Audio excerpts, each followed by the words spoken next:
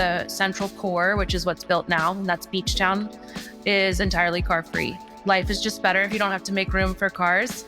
And the kids that live here and visit here have a completely independent life. So specifically, we're just trying to keep things walkable, private, and optimize views. This is filling a gap that isn't available to people.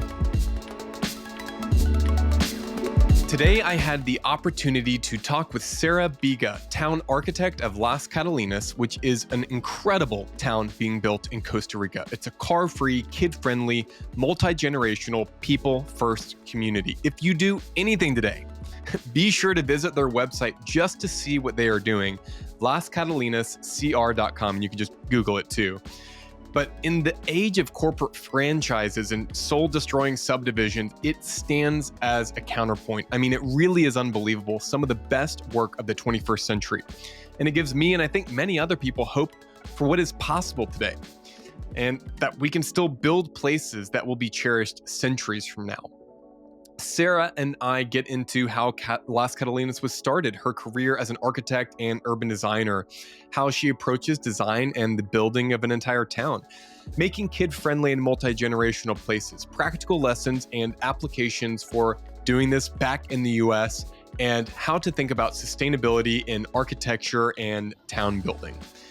If you've been enjoying the Building Culture podcast, please share with your friends, subscribe, and leave us a 5-star review on Spotify or Apple or wherever you're listening. My name is Austin Tennell, and this is the Building Culture Podcast. And now, Sara Bega.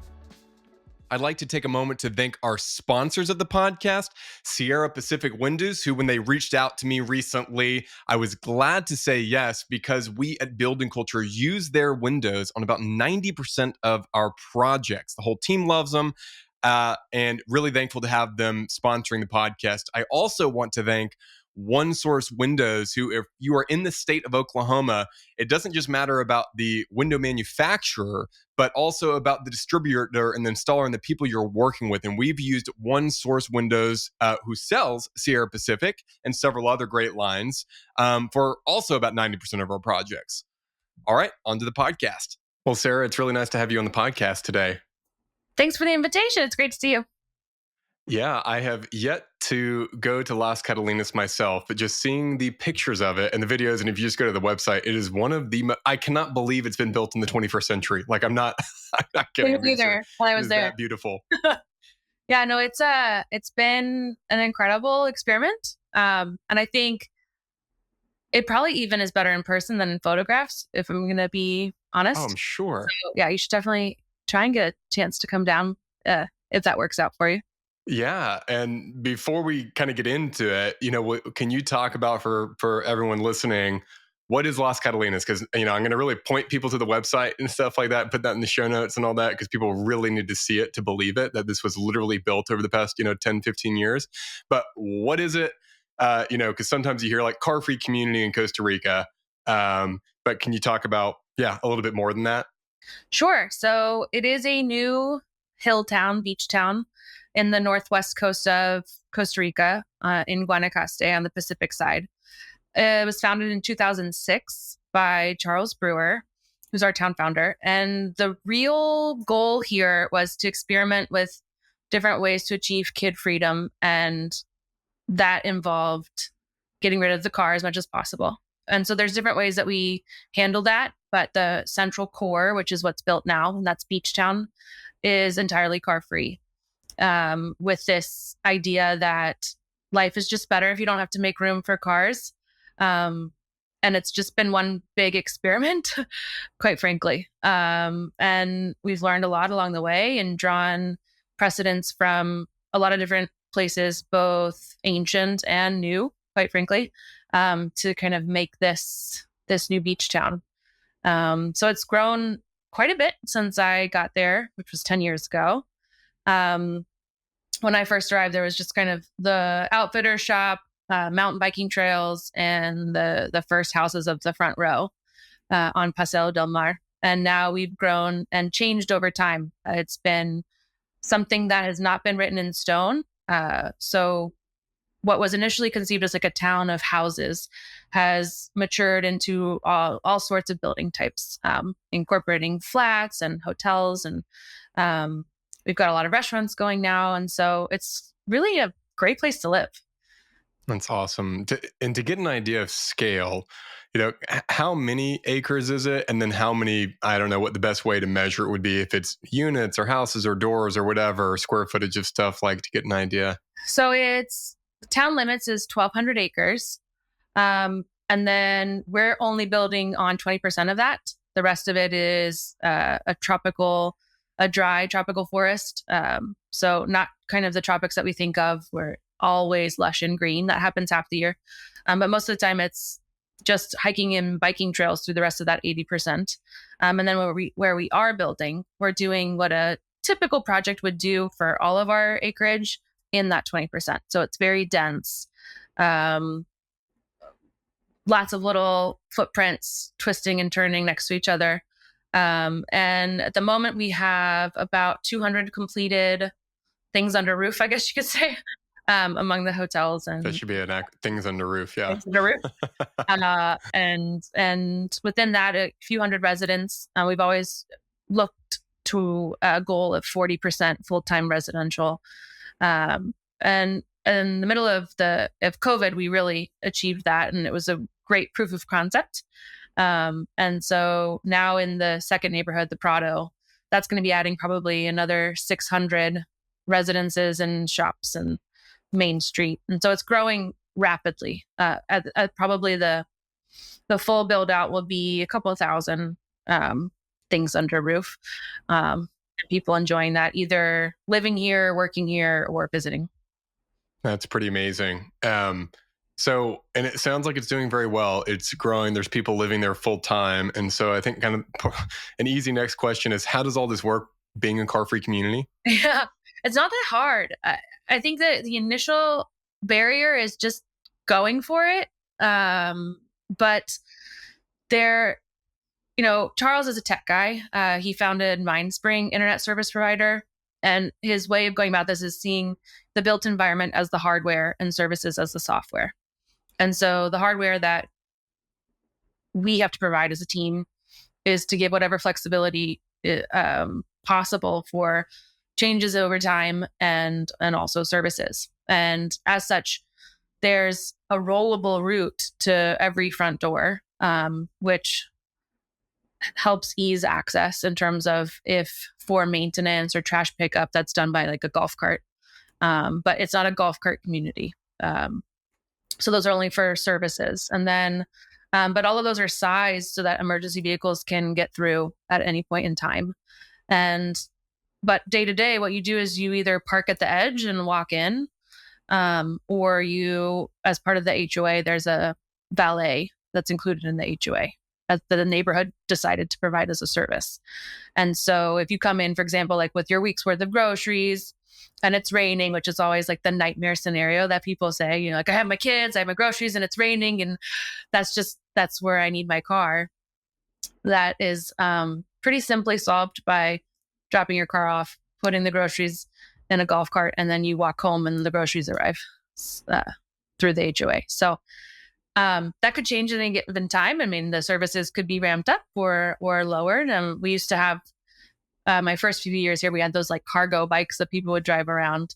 But the goal is to kind of allow for technologies to be added in within a pretty flexible framework. Yeah, it's amazing. You started off by talking about the vision was actually to build a kid-free place. And then the vision wasn't to create a car-free place. The vision was to create a kid-friendly place. What are some of the ingredients you could say that go into creating a kid-friendly place?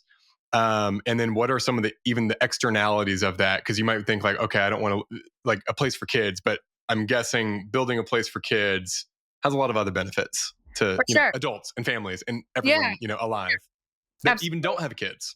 Yeah, it's a poor way of saying it, but like it's kind of the lowest common denominator that if it works for kids, it's going to work for everybody else. But it really was to maximize this kid freedom because Charles would go on vacation and be in places and think when he was growing up, I'm putting words in his mouth, but he said this elsewhere. He had, the classic, like, just be home by dinner or be home when the sun goes down. And living in suburban areas, the level of supervision that is required to keep kids safe doesn't afford that natural time for exploration and discovery that is really beneficial for everyone, not just kids, but also their parents. And so when he went to kind of experiment this idea, his first experiment was, that's what led him to the new urbanism to begin with. And his first experiment was Glenwood Park in Atlanta, Southside Atlanta. And it's pretty classic new urbanist development, successful in many ways. But he noticed that the kids that lived there or were visiting were still supervised during playtime because there were cars. And so the experiment was, if I get rid of the cars, you're not worried about accidents or other dangers that are related to those, then that frees up all of this explorable surface area, is how we kind of our metric. And that played out. We started out with, this resort town I'm allergic to the word resort, but when you add town, it feels less scary. And the kids that live here and visit here have a completely independent life. They, the whole town looks over them. It's like that real village concept. There literally was a WhatsApp group for a while among the residents of, like, where's my kid? That was the name of the group. And they'd be like, oh yeah, yours is over by the mountain bike place, yours is at the ice cream place.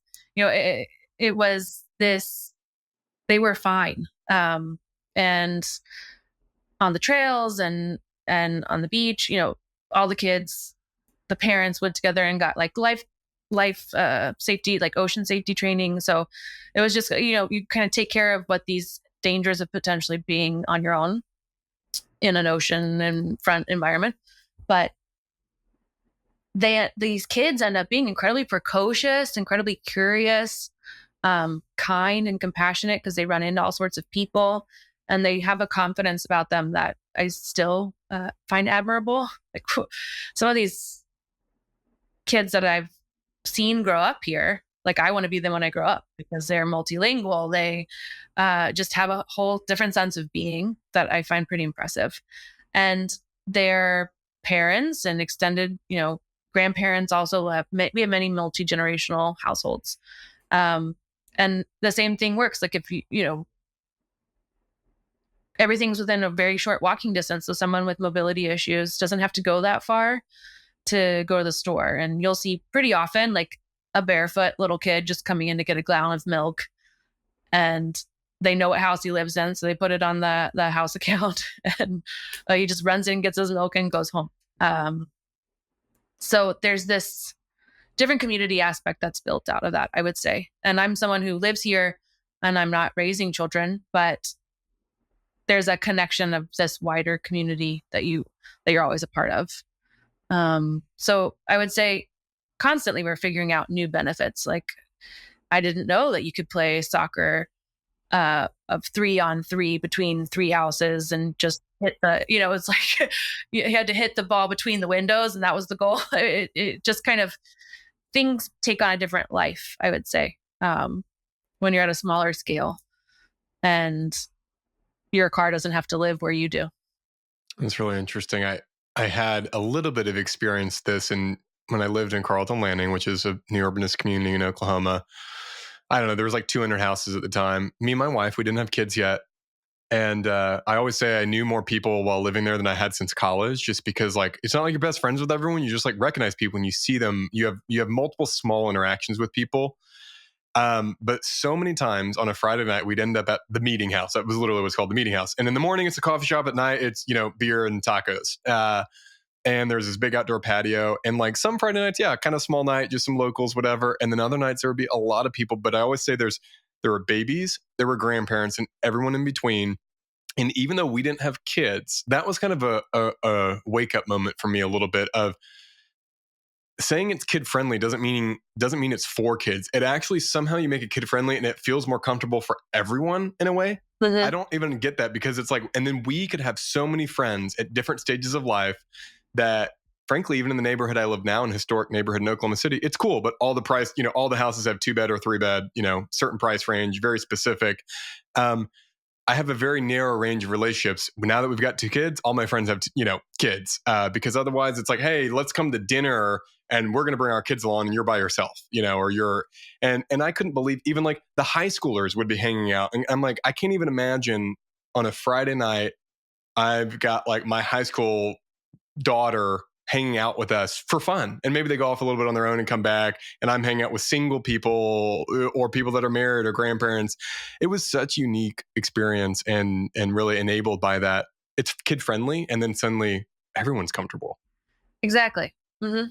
And I would say, because there's just certain things, it works. I wouldn't say these words of, discovery, curiosity, safety are things that are only work. Those are things that just make generally anybody's life better.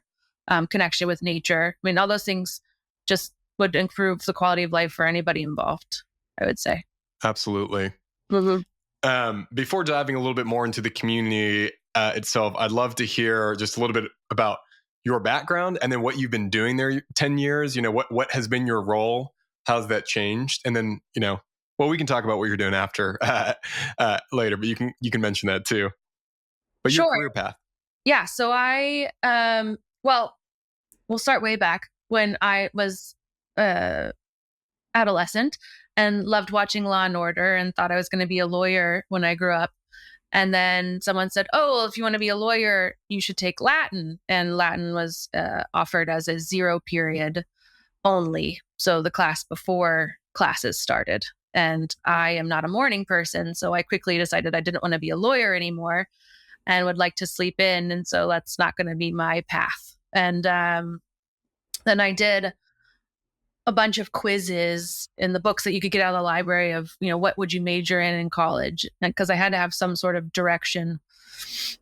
And I just couldn't pick a favorite subject. I liked a little bit of everything. I liked doing art. I liked history, all of the above. And so time and time again, it just kept coming up of, studying architecture and design as being a synthesis of that. So through school, I tried some high school programs, ended up looking at a bunch of different architecture schools. I grew up in Atlanta, Georgia, or suburban sprawl around it, and was this close to going to Georgia Tech. They have a great program. But out of respect for my dad, who grew up on South Side Chicago suburbs, I decided to take a tour of Notre Dame architecture program. And the assistant dean at the time, John Stamper, gave me the tour. And I was looking at all the work put up on the walls, and it seemed like the first school where I wasn't really confused as to what I was looking at. I felt like I could understand, at least relate to see how someone could begin a project like that.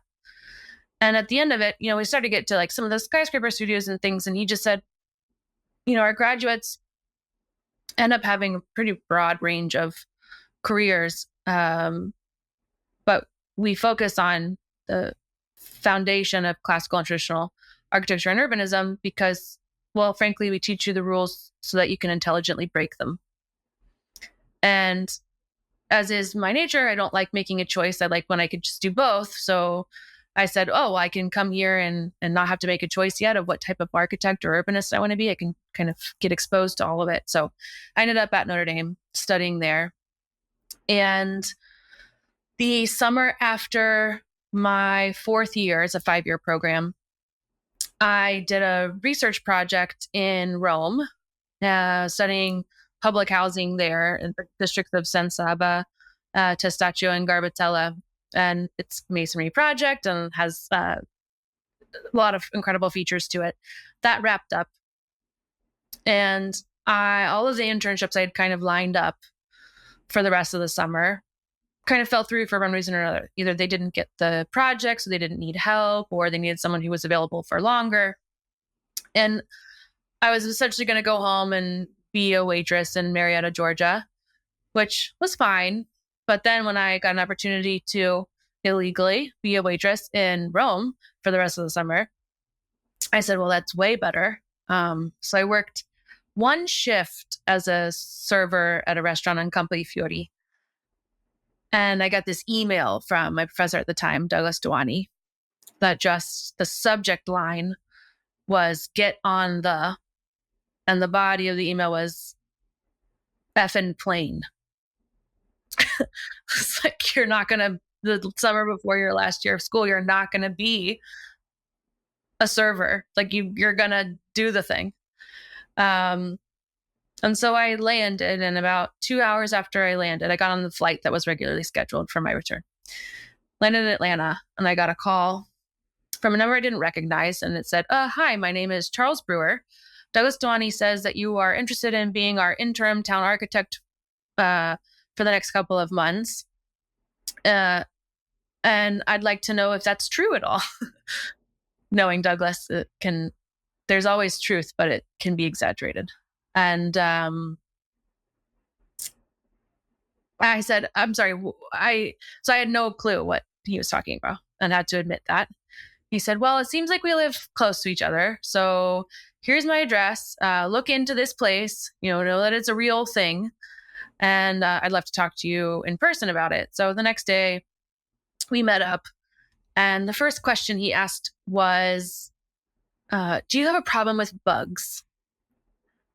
And I was just so floored that I really just was coming out of left field. And I said, not particularly have a problem with them. He kind of asked all these questions of can you rough it, essentially? And we ended up talking about what he was trying to do at Las Catalinas and how they were looking for a long-term town architect, but in the meantime, just needed someone kind of in an intern role to, in his words, duct tape things together until we figure stuff out. So I went down there for a couple of months. It was really intense. There were not that many people here at the time, and the learning curve was incredible. Really supportive people, great construction culture, and I just felt way out of my league, and that was really exciting. And then that was 2 months. Went back to finish school at Notre Dame for the last year.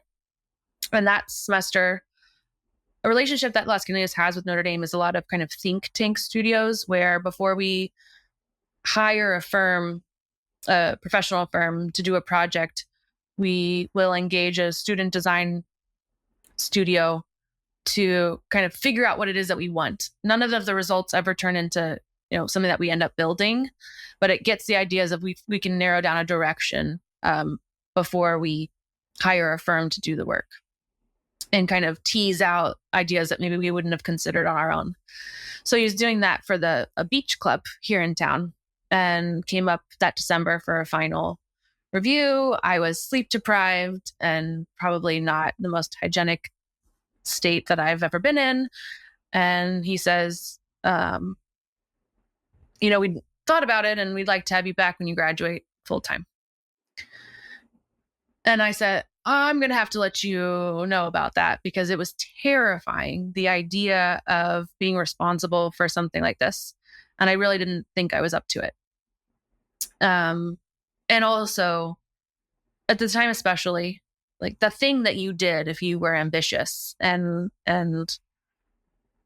thought yourself serious about your career was you went to the New York firms when you graduated. And to do this felt just so off the wall that I wasn't really prepared to lean into that, I would say. So it took a few months for the conversations to continue. And finally, I just said, are you sure about this? Because typically when projects hire town architects, they hire a firm that has incredible reputation, already a professional credibility that actually lends credibility to your project by them signing on. And that's not what's I would be, obviously, any part of the scenario. And he says, oh, no, I know, but I'm from the tech world, and I like very much the innovation that comes from pairing young, enthusiastic people with mature experience and that magic. And so you're going to be with a very experienced construction director, experienced development team, and we're going to see what comes out of that. So I liked that answer and still wasn't completely sold, and went back to Douglas 20 and was mulling this over between going to New York or here. And he said, well, anything in my life that has brought great things has been a result of courage. And I just walked out of his office. I didn't say anything. I think he was left with the impression that I was going to New York. And I called Charles and said, I'll go.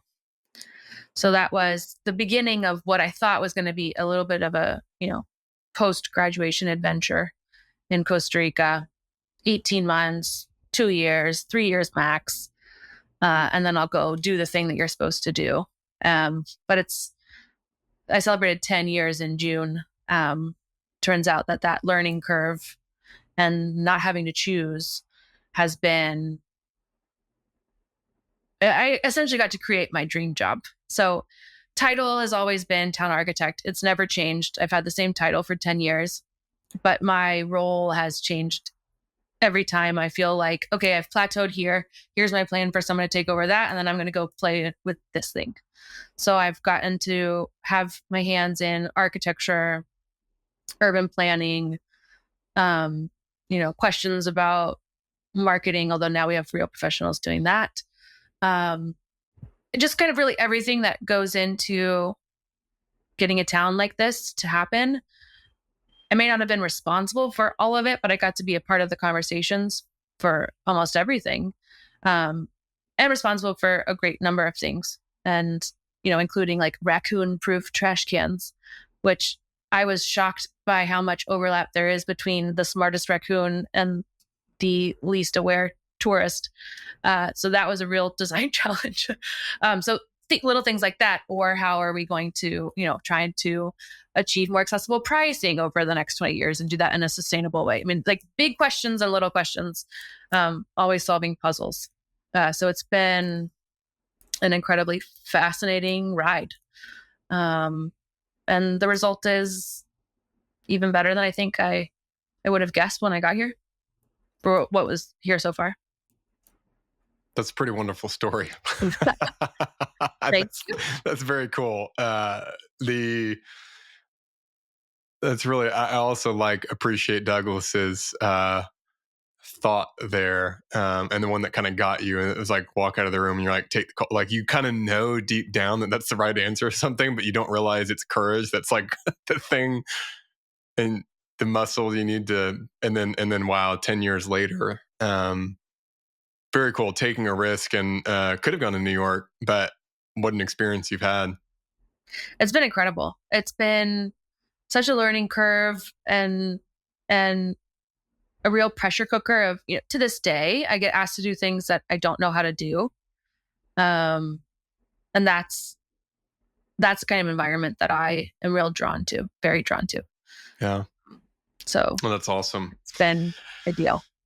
If you've been enjoying the Building Culture podcast and are listening on Apple or Spotify, could you pause for just a moment and leave a 5-star review? My goal is to get to 100 reviews. And if you do, take a screenshot and email it to playbook@buildingculture.com. Playbook, PLAYBOOK @buildingculture.com.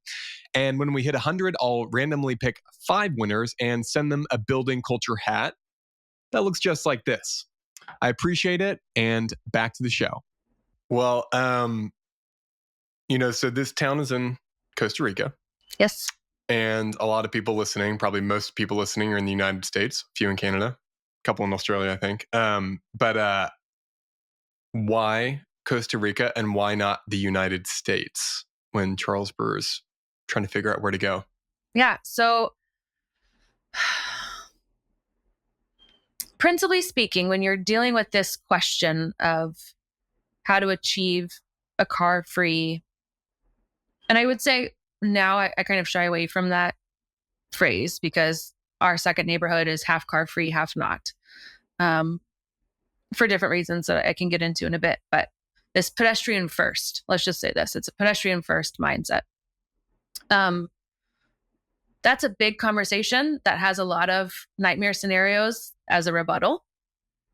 Um, and the, sheer force of energy required to pull that off anywhere is intense. I would say,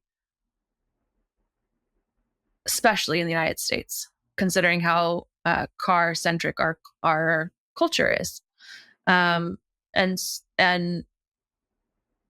an idea like this, therefore, would be um, easier to experiment with and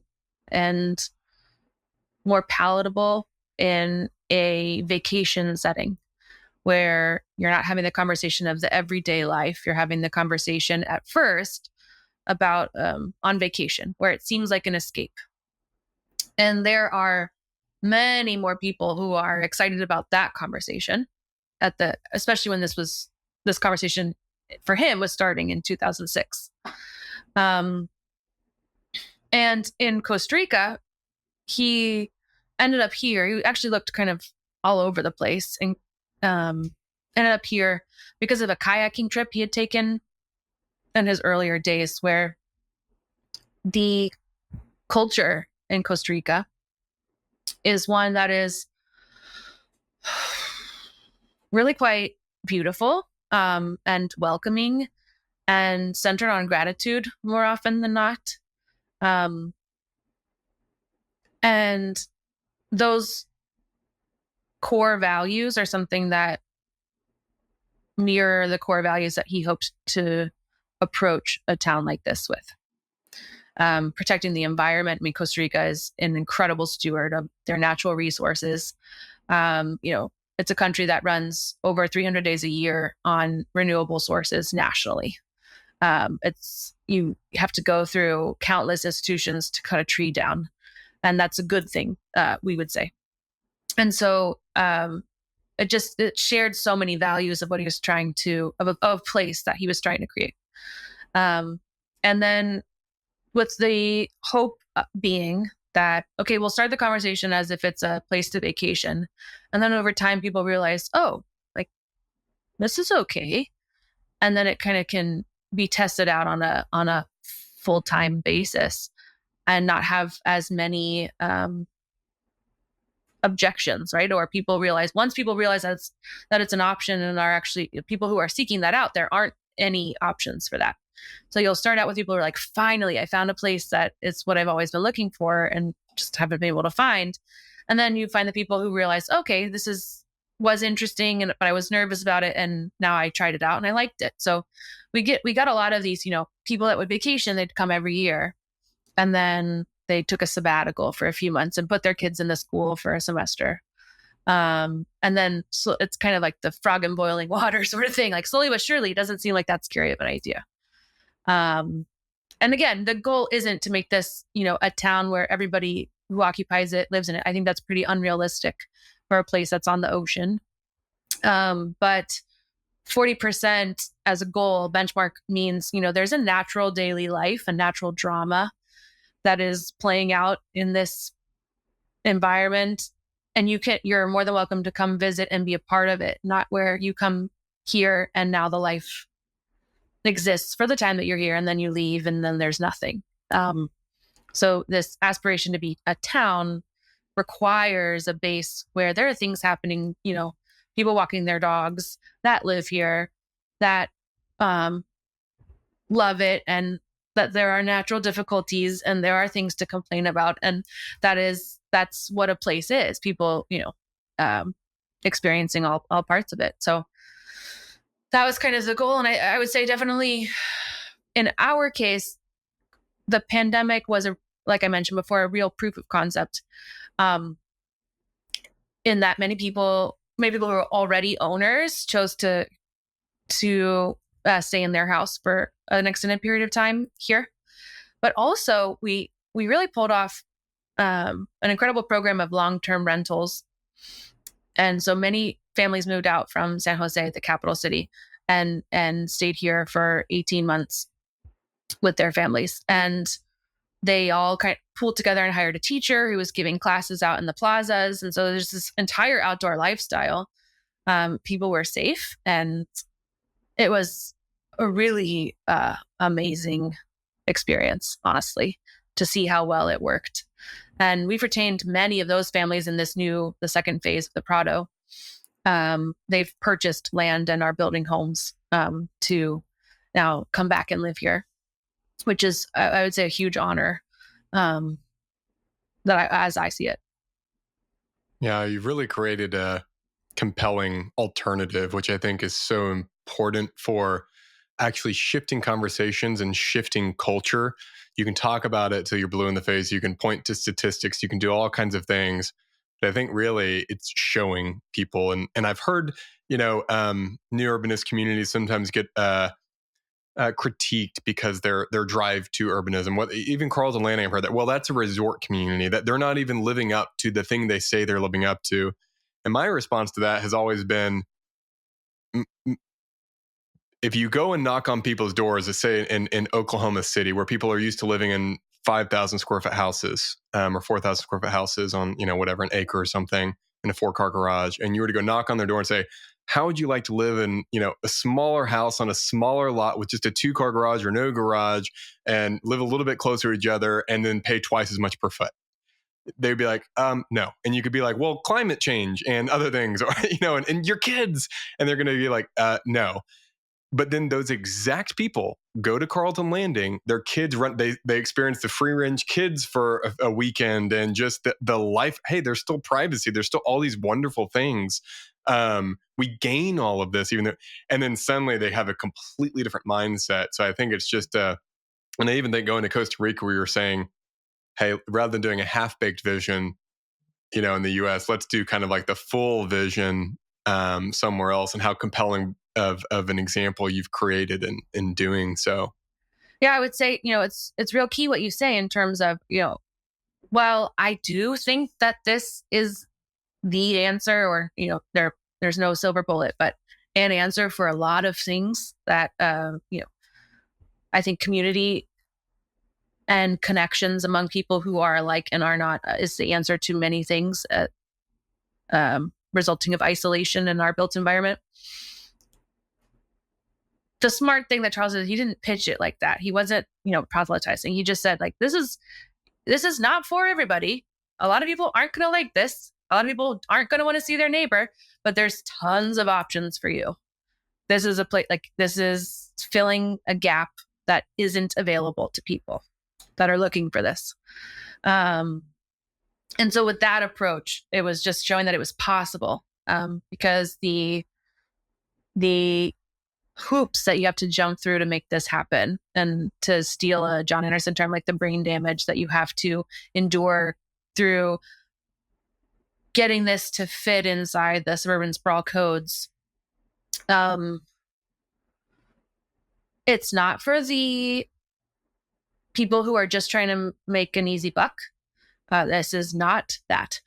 Go build storage units if you want to do that. This is, and that's one of the things what, like Charles for me is the consistency and that he has had in this vision is I get a little emotional, because that's kind of like the white whale of the town founder who just sticks it out. And I would say there more often than not that you find that in the new urbanism. So there's plenty of amazing examples of people who have done this, but I have experience with him, and the consistency has been astonishing. But it has been just, we're just going to do this, and we most certainly will make mistakes, because there's a lot of precedent is not modern, and this is not a place that's trying to be nostalgic or look back.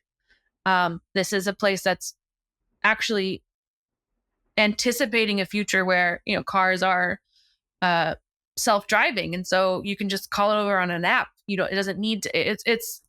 It's again, like, these software things can be added in, but this is, why would I sacrifice so much space for vehicles to circulate and live under my roof, when if I get all these amazing benefits, which is, the density. Okay, yeah, it's inherently more sustainable.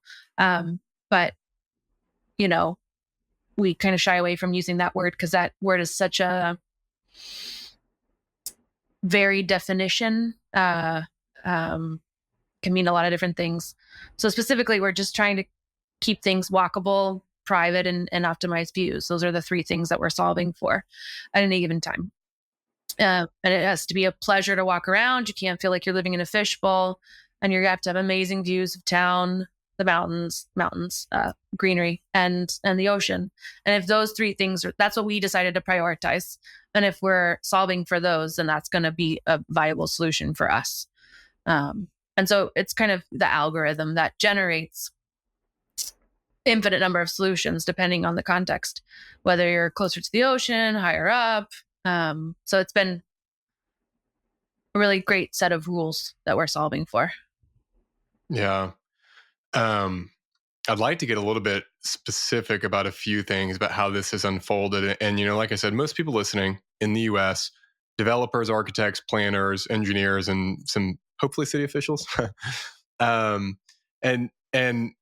And while, yes, you went to Costa Rica, things are changing in the US. And also, I think there's still probably a ton to actually learn from what you have done there and how you can bring elements of that back to the US, even if it's not in, you might not have an ocean next door, right? It's going to be different, or mountains in the background. But I think there's a lot of things to learn. And so I'd love to talk to you about that. So if anything comes to mind, go ahead and talk about it. But one of the things I wanted to start with is, you mentioned that you've got streets that, they're not really for cars, but you can fit fire trucks and your, garbage and stuff through there. So I understand that that's kind of solved for. But one of them is when we met a few years back, you'd mentioned the entire thing, I think, being a condo was really essential, and it doesn't look like it, right? These are houses. Like there's lots of single family houses along with other types of units. That was like one of the most brilliant kind of like hacks, the way you had done that. If I can talk about that, if you can talk about that. Yeah. Because I think there is a lot of application here in the US. Condo, I think, initially scares people, but it's not like I'm talking about building a 50-unit condo building. It's just a condo structure. Legal structure. Yeah. Mm-hmm. That is a key factor. And it was not what we set out to do, but we backed into it. I mean, a lot of the overall theme of what has ended up here has been reverse engineering and backing into the codes or the legal structure that makes it legal and possible, with the least amount of variances possible, to show that it is possible, right? And I think that was kind of the biggest thing for me. I have a bunch of different kind of questions that I'm always asking. And one of those was, we need to show that this is possible within a variety of code structures, because this is a proof of concept that hopefully people will adapt. We do hope to be a model town. And that, we're experimenting and this really works and that probably didn't work that well. But we're always trying these things that can be these principles that can be adapted elsewhere. And part of that was this, and I was not around for this decision, but have most of my life has been a result of this decision to do a condominium structure. And in Costa Rica, there's different condominium structures. Some are horizontal condominiums, so condominium of lots, and some are vertical condominiums, so condominium of buildings, where or you could do a hybrid. And you can they're like nesting dolls. You can start with the big one and subdivide. You get 3 bites of the apple. And that results in people getting fee simple title to something. But when we need density and we need the intricacy, we can do a condominium of buildings and satisfy all the egress and things like that. But where I'm selling you a footprint. So it could be your house is 3 of those footprints stacked on top of each other. And that's what you get titled to. Or it's one of those if it's a flat, for example. And then where we need the flexibility over time is where we do the lots. So I'm selling you a piece of land and then you can come in and build on top of that. And having all different ways in which you can be a part and build something here has been a really crucial element to us being resilient and adapting over time and being able to see, okay, this didn't work over here, and so let's adapt it for over here. So we're always inclined towards leaving the most flexibility possible, shocker, and always pivoting and fixing stuff for the next round until we figure out, okay, now there's this new thing we need to. So like no condominium process has ever been the same. It's like a moving target, which I find fascinating. And it's like the game where the rules keep changing, and it's a real charge for me every time to figure it out. But that helps, I think, in terms of this legal structure that allows the density, but is a clarity of who's taking care of what. And so this walkability, these trails, like all the green spaces, it gives you a real clear legal structure for what belongs to whom and who's in charge for taking care of what. Now, again, there's a huge learning curve on all of this. And I'm sure there are people who say we could have done that better, and me included, in a lot of cases. But that has been a real wonderful way to achieve this and minimize the risk, quite frankly.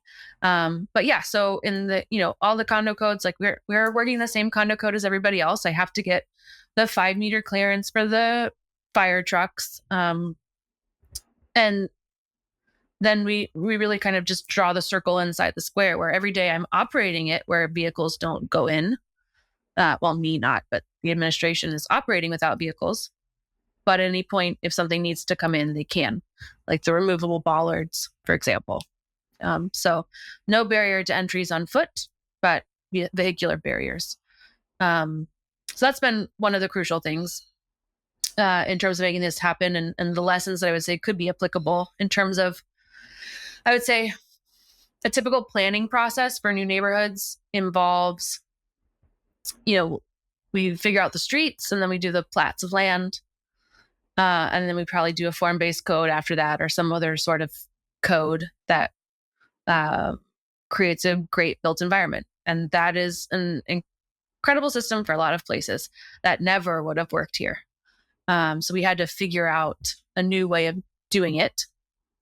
And essentially what that means is every new neighborhood, we almost design like the whole house, all of them, or at least a version of what we would like built.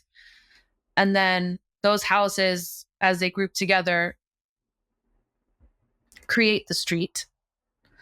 And where we know we want windows, we make sure that the lot responds to allow that window to exist with setback rules. And so it's reverse engineering all of this. So the plan that actually gets recorded as the plat plan is always maintained and respected, and those are there legally. But visually, that line is blurred incredibly. And so this entire built existence of town is trying to blur that public-private line as much as possible, so that you really feel it's plaza or street right up against facades. Again, to maximize explorable surface area, which makes town, what beach town that exists is 20 acres so far.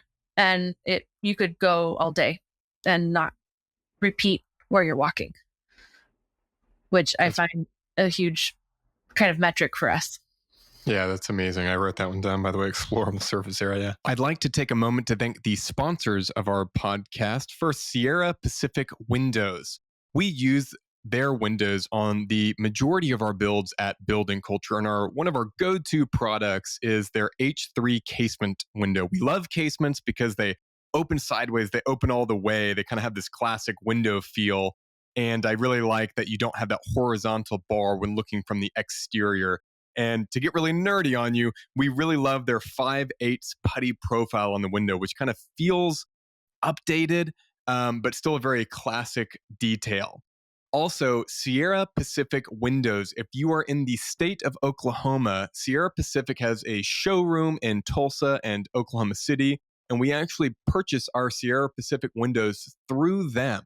Because it doesn't just matter the window manufacturer, it matters who you're buying your window from, who's putting that order together, who's installing it, who's warranting it.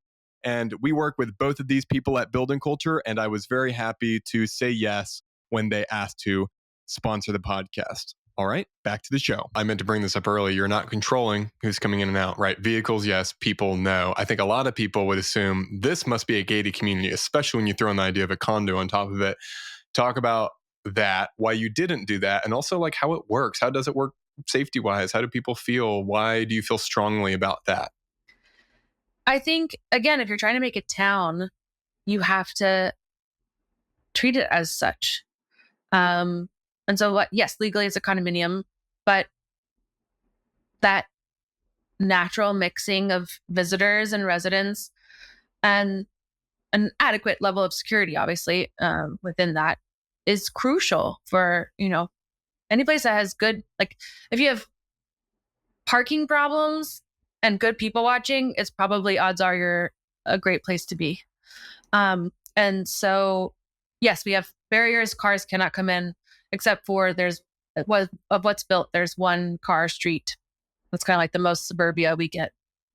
And then in the second phase, because there's such high elevation gain, we're going from about 14 meters above sea level to 108. So at some point, I'm not going to ask you to hoof it. Like that's not realistic. And so the upper half is car accessible. And you're allowed to park one car in your lot, but it has to be shielded from view once, blah, blah, blah.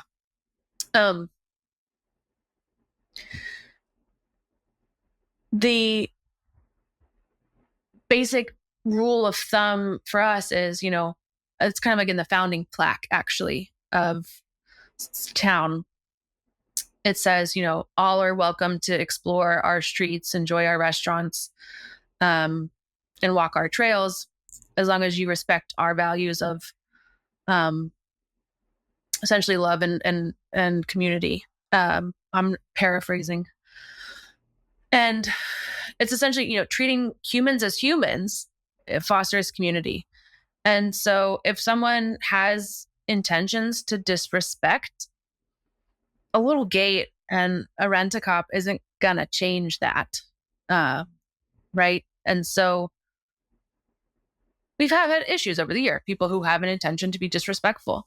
And you handle that human problem with human interaction, and someone, corrects that behavior or invites them to leave.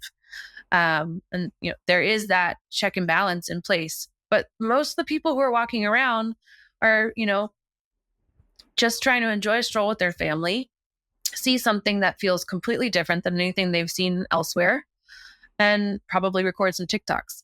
And when those get a little too invasive and you forget that people live there, then people are reminded, hey, let's not set up tripods. This is a place where people are living. And if ever that gets out of hand, again, there are people that can intervene. But I think it's crucial to have this this openness, because you can't say you're building a new town in Costa Rica and then close Costa Rica out. Like, it's a culture that is eager to welcome you. So why would you not do the same? Now, at any given point, there's the vulnerability that gets challenged, right? I mean, the more, let's call it generations of sales, right? Where these resales happen and people are purchasing from someone who purchased from someone else and have such a distant relationship to the initial purchase from the developer with the vision that could change over time. And that's an inherent vulnerability where they could say, it is a condominium, it is private property. I don't want people to come in that don't live here. That would be really sad and scary if that happened, but it is a possible reality.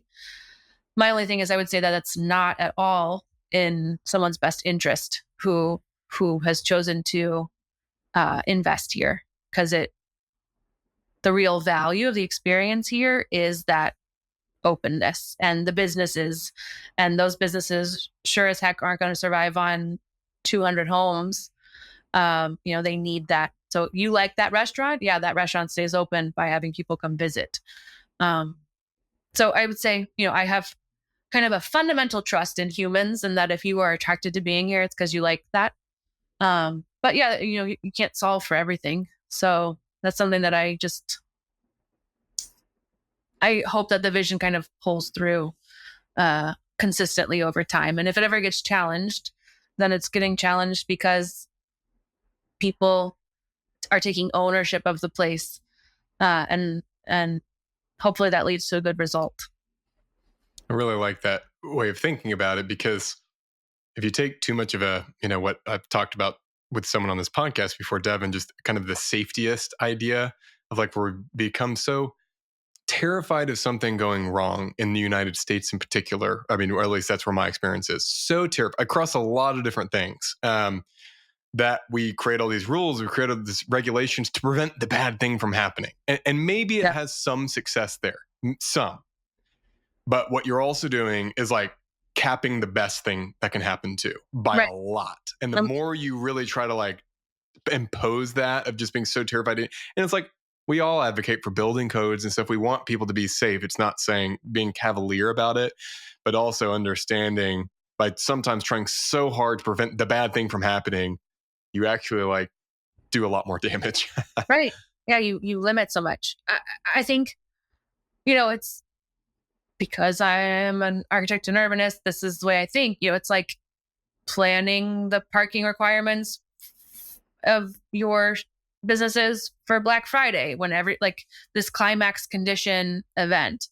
If you're coding in or operating a place for the worst case scenario, then you don't allow the best case to happen.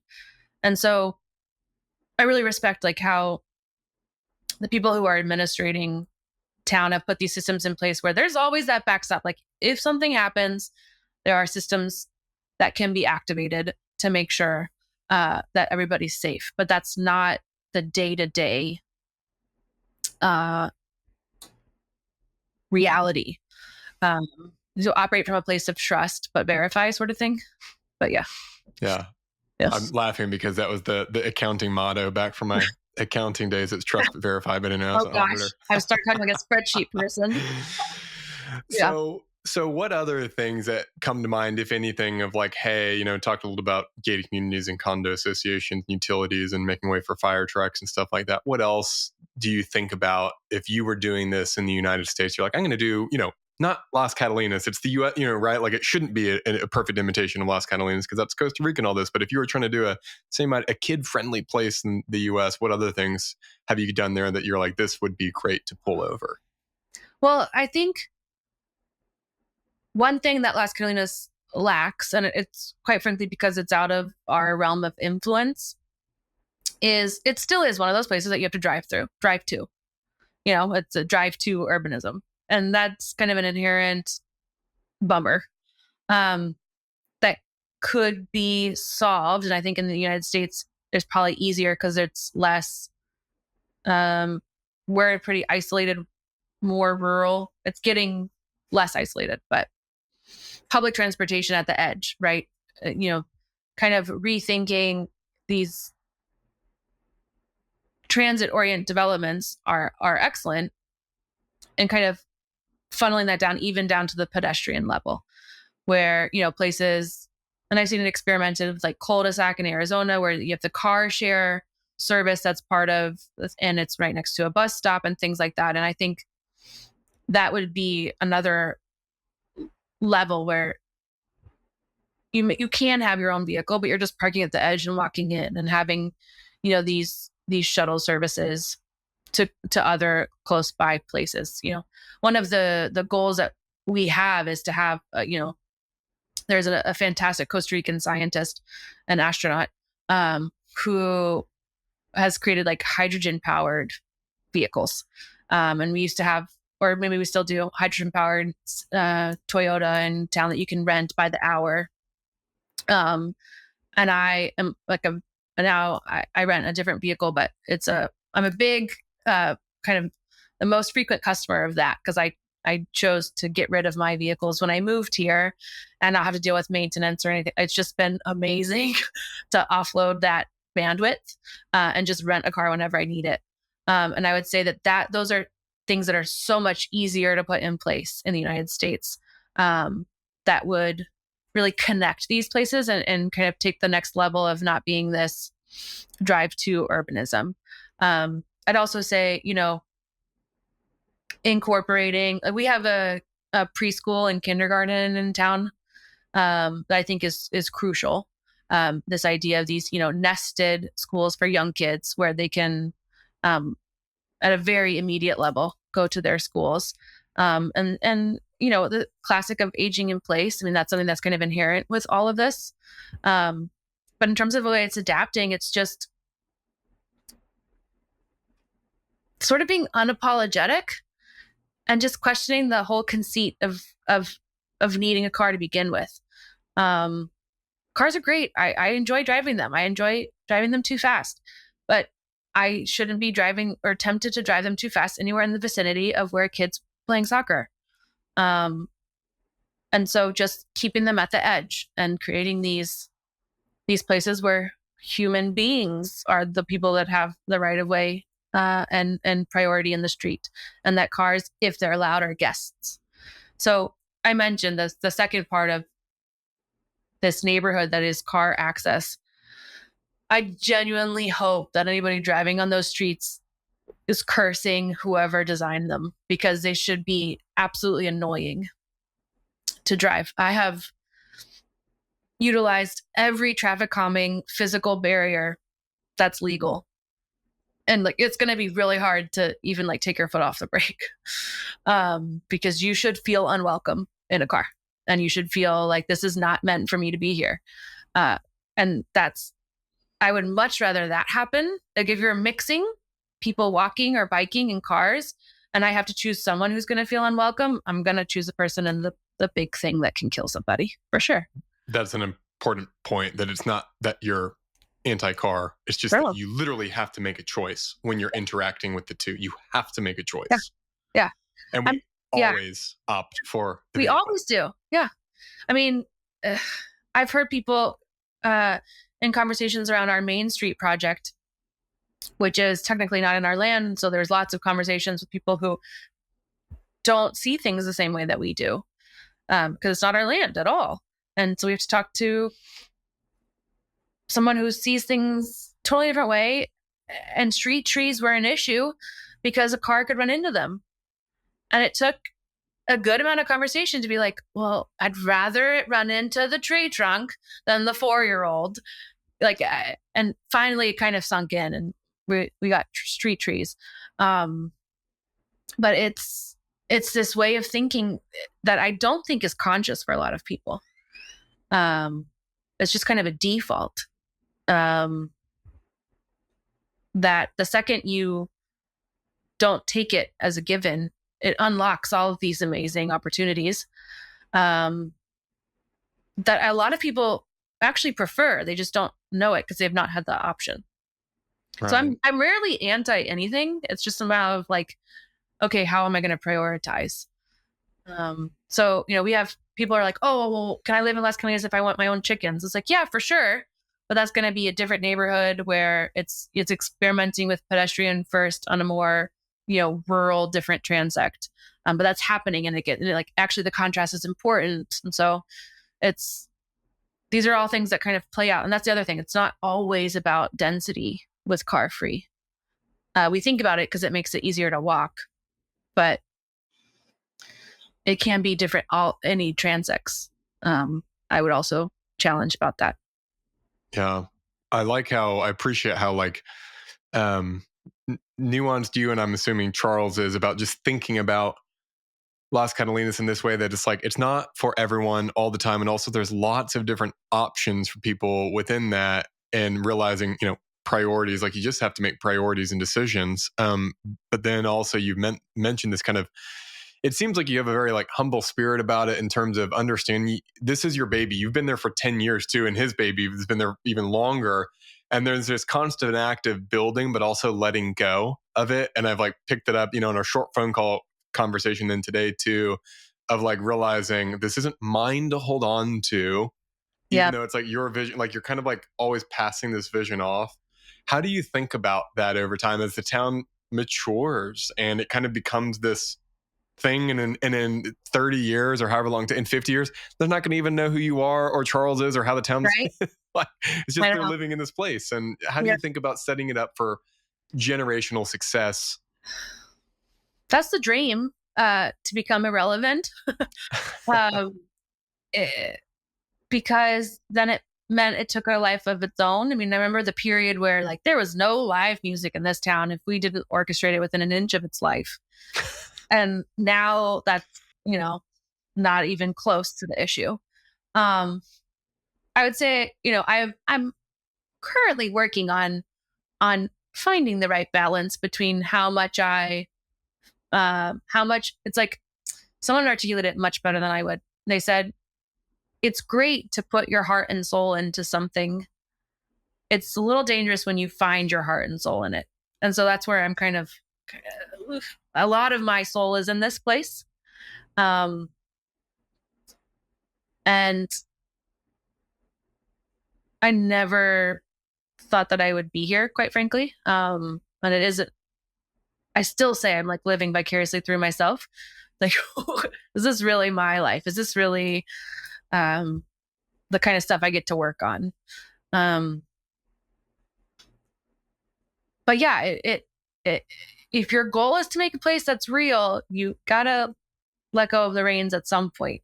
The trick is, how do you do that where it doesn't devolve into absolute chaos that then loses all sight of where it came from? But I think that people who are a lot smarter than me figured that out in the governance, I guess, questions. But in terms of the physical reality, you gotta kind of just put together a place that can be resilient over time. And one of the things that I do here is I when we go through the condo process, I apply for all the uses possible, and then within how we operate, I talk about building types more than talk about use. I don't say this is the commercial area. I say that this is the building types here that play well together are, row houses next to, vertical mixed use next to whatever. I mean, I talk about the physical structure of it. As a rule, I don't like to talk, functional zoning. I don't allow in our conversations. It's the, if you want something to be resilient, you have to allow someone to, like a townhouse is a really great example where over time that could be a single family home or stacked flats or live work or whatever it needs to be. The physical form just makes the street well. And you have to allow a town to grow and change. And I would say you really have to trust that you've done the best you could to guide it in the right way. And I certainly can't take credit. There's a ton of people working on that. But I am very pleased that there are a lot of physical solutions that I've been able to be a part of, for sure. But yeah, I mean, it's always a risk, right? Like any town that's trying to be real goes through an adolescence where it's in its rebellious phase and anything you say is wrong just because you said it. But I think Las Catalinas is not immune from that. I don't think any place that's actually trying to be anything more than just a project on a spreadsheet is immune to that. I don't know if I have the answer, but I think it's probably inevitable. I don't know if it's necessary, but it's probably inevitable that it happens at some point. But there's enough rebar in these buildings that they're not going anywhere anytime soon. So it's kind of hard to undo what we've done.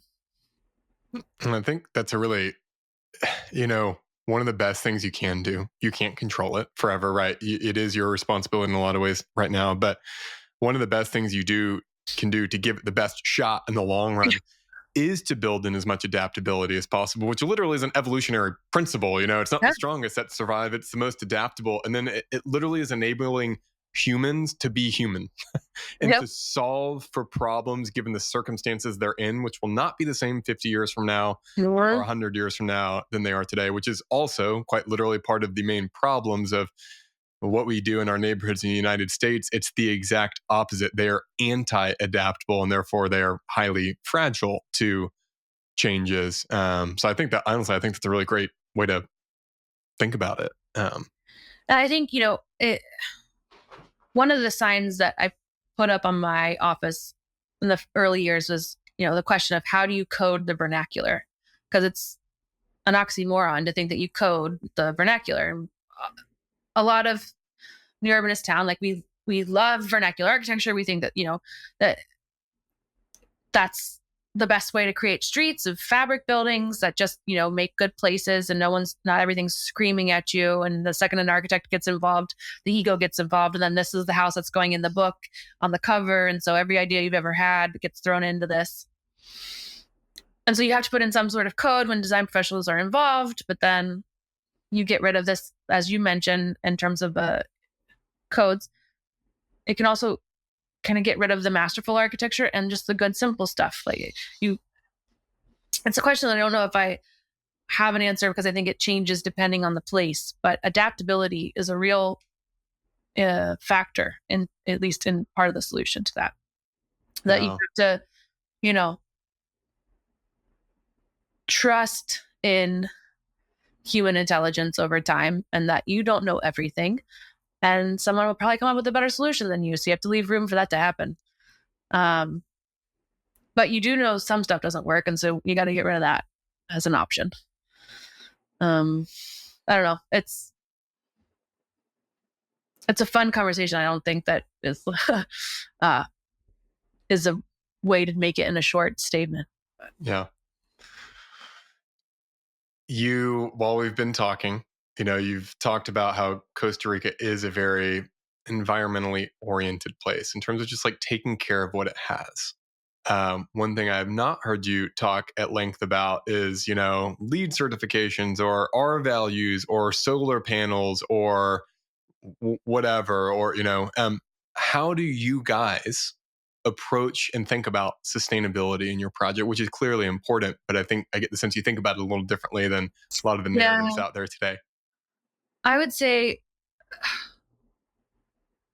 our real focus, again, it's always, technologies come and they always get improved upon.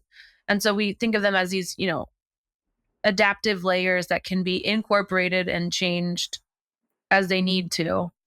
But the foundation and the actual core of the thing has to be inherently more sustainable.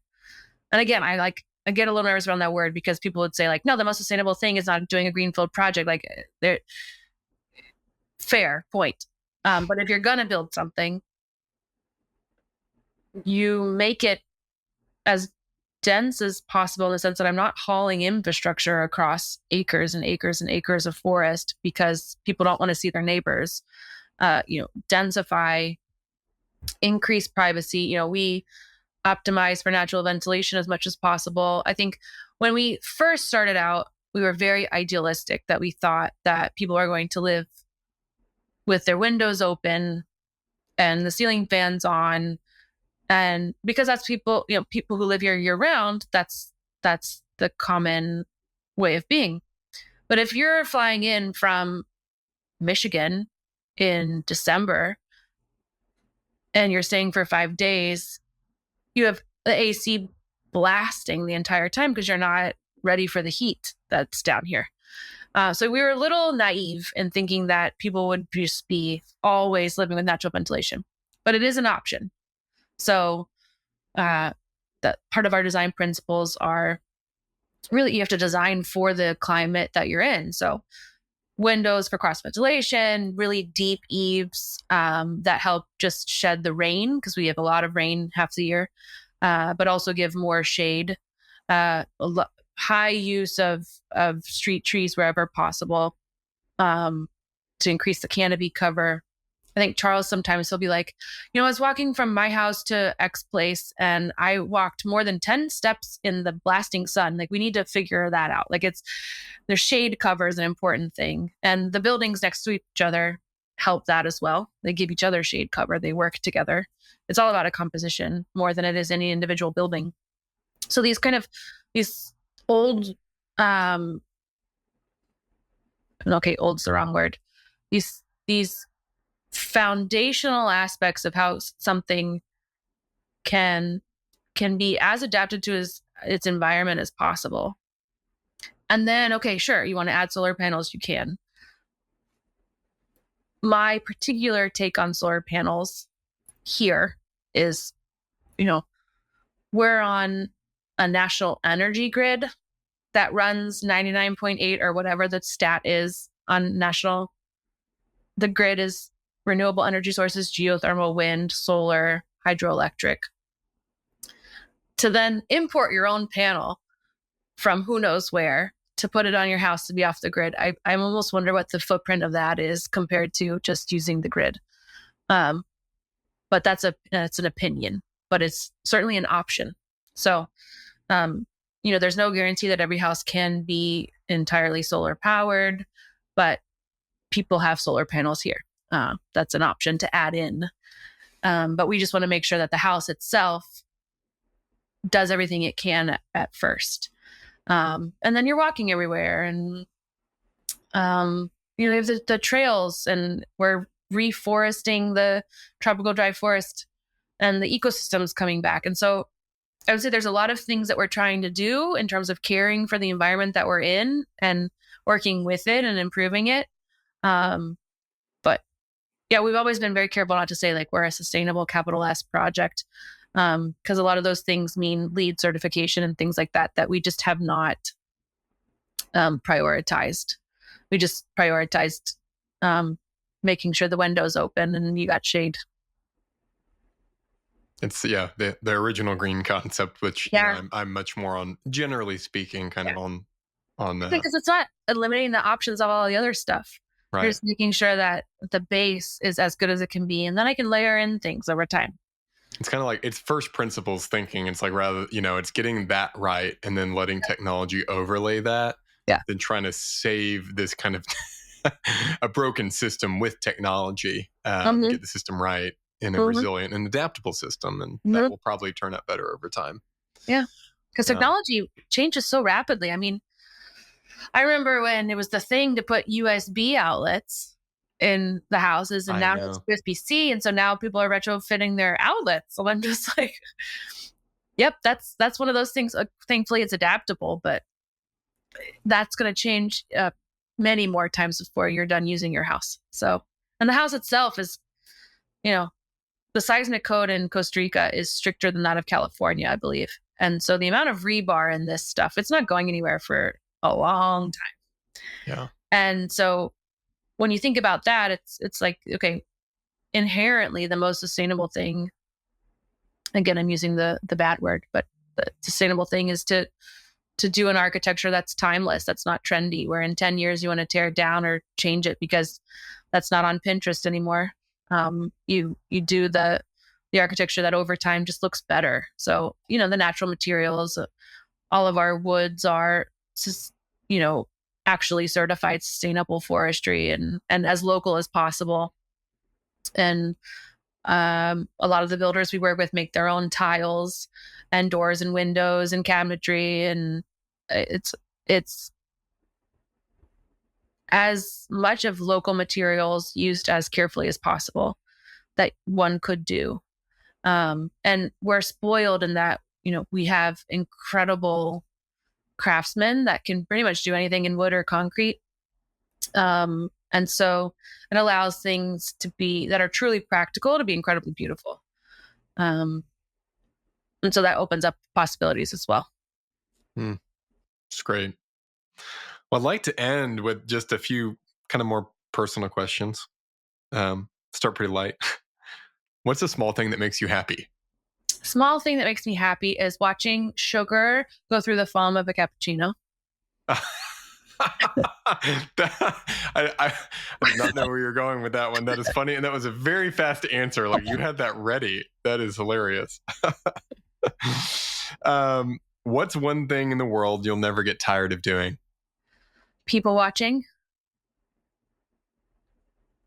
Are humans better at creating or destroying? Creating. We're maybe more efficient at destroying, but we're better at creating. Yeah. I'm with you on that. Sure. What would you tell your younger self? Anything in life that's been successful, I've approached with courage. Awesome. Well, that's a great That's a great way to end. Sarah, it's a real pleasure to have you on. I love the work you're doing. I'm excited. Well, actually, can you tell everyone, hey, you're wrapping up your Yeah. time in Las Catalinas after 10 years. So Yeah. what's next? What's next?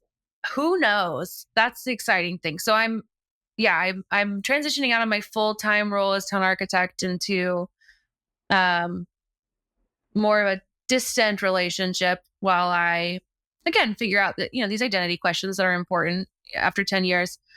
I want to see when I say, I have a crutch of saying, I'm Sarah, the town architect of this amazing place.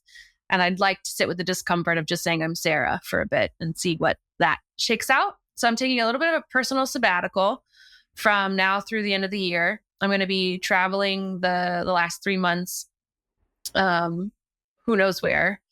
And then I'll be headed back to continue teaching as an adjunct faculty member at Notre Dame in the design studios and just pursuing really interesting work where I get to keep solving puzzles. So I would say that's kind of the trajectory I'm on, and specifics are to be determined. But it's exciting to see what this kind of all of this thinking and experimentation in Las Catalinas, what that leads to. I'm just as curious, I think, as my family is as to what that's going to be. But that's kind of what the plan is right now. So not disconnecting from Las Catalinas.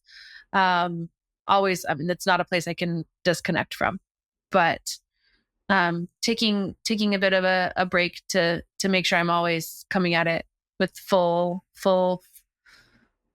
thought and energy and not just recycling things. So that's where we are. That's an exciting place to be. I'll be looking forward to kind of following along and see where you end up, whenever that, ends up happening. Sure. Is there anything you put out there where people can follow you, or you like Instagram or I don't know. Part. So I do have an Instagram, Bega Design Studio is the handle of that. And I do have a website as well, which is begadesignstudio.com. But yeah, on the Instagram is where I post the results of my architectural people watching, I'd say, and stuff I'm working on. Mm-hmm. Cool. And then for anyone listening, you really should, including myself, go visit Las Catalinas. I'm assuming you can just go to their website and they've got, you can book and all that through there. Absolutely. Looks like an amazing place for both couples, families, kids, whatever. So yeah, all the above. Yeah. Well, cool. Everybody. Sarah, thanks so much. And I hope I get to see you here in person at some point in the next few years. I look forward to following along. That'd be great. It'd be good to see you again. All right. Bye. All right, thanks so much. If you've been enjoying this podcast, please like, subscribe, and share with your friends. And if you're listening on Apple or Spotify, please leave us a 5-star review and take a screenshot, send it to playbook@buildingculture.com. And when we reach 100 reviews, I'm going to send out 10 building culture hats, like up there behind my head if you're watching video, and I'll send it to your house. Thanks so much for listening, and catch you on the next episode.